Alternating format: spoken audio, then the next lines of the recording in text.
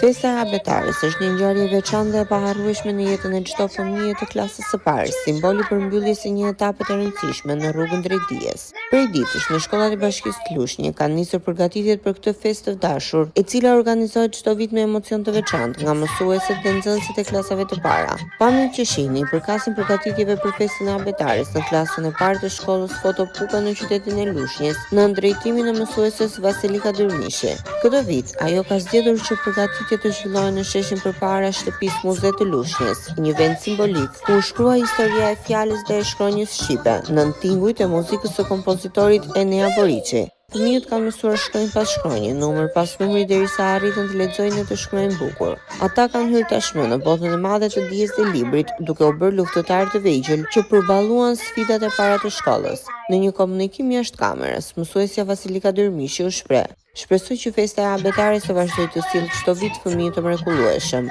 1 qershori është dita e fëmijëve dhe festa e tyre, ku ata adhurojnë këngë, vargje dhe emocione për prindrit e tyre, pavarësisht pengesave që hasim gjatë përgatitjeve. Fëmijët janë heronjtë të kësaj feste. Unë si mësuese ja dola fal buzëqeshjeve dhe arritjeve të tyre. Faleminderit nga zemra fëmijëve dhe prindërve për përkushtimin dhe dëshirën e pashtërueshme për të mësuar.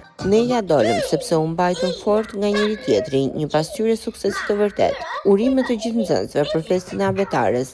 Shkëlqeni gjithmonë në mësime dhe në jetë. Urime edhe për ju prindër të nderuar dhe faleminderit për bashkëpunimin tuaj të çmuar", është shprehur mësuesja Vasilika Dyrmishi.